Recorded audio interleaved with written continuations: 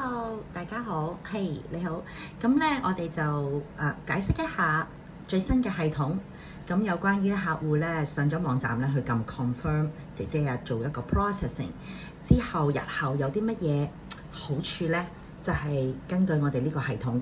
咁咧，你哋日後 confirm 咗之後咧，咁Cody 咧，我哋個客戶經理咧，即係你哋嘅私人秘書，咁就會通知你哋，除咗夾好啲文件之外啦，咁就會通知你，你去登入，佢會 active 嘅。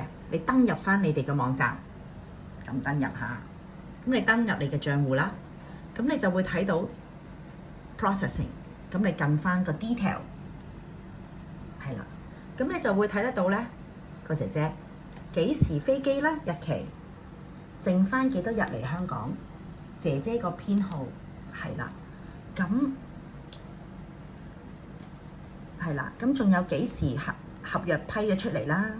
係啦，幾時會到期啦？即係譬如你呢個係 overseas 嚟嘅，咁佢9月就要到期㗎啦，俾你哋 alert 下。咁幾時到港啦？就係 estimate 啦。咁同埋合約幾時生效啦？係啦。咁就幾時會提你哋續約啦？係啦。咁你跟住咧就會有 zoom 近啲先。咁你就會睇到確認日期啦。確認日期就係 Cody 打俾你嘅嗰一日。咁咧就係付款嘅第二日辦公時間，咁你會睇到所有嘅流程，咁客戶咧就會知道每一個流程。咁就因為當初你入咗個 email 電郵，咁所以咧，咁有時你哋未必會下下都會上去嗰個網站度睇嘅落頁，咁就會通知你用電郵，而家去到第11個 step 啦，係啦，叫你可以登入。咁你咪可以望下11個 step 打後係咩 step 嚟嘅，係乜嘢步驟？咁去到最後，咁你睇到有 show detail 嘅。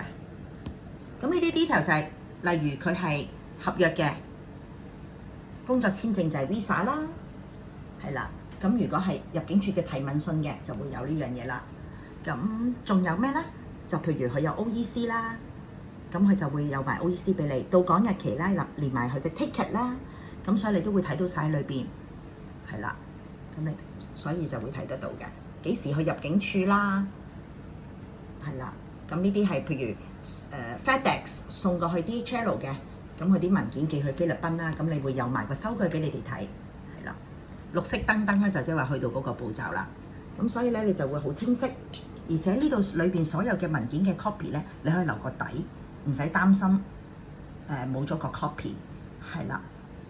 咁你個收據都一樣啦，咁一樣係啦。咁呢個就全部嘅流程。咁你到時電郵提你哋，你去到第6個步驟啦，你可以登入你個網站睇下嚟緊下個 step 係乜嘢，係啦。到港日期有冇變動，會變動嘅。咁希望大家會喜歡呢個最新系統嘅批核過程，加強亦都會有一個 HR 裏邊，我哋每一個客戶都有個群組可以所有批核啦，或者諮詢上，就算返咗工，都係所有嘅查詢咧，都要喺個群組同埋電話裏邊咧，大家溝通嘅。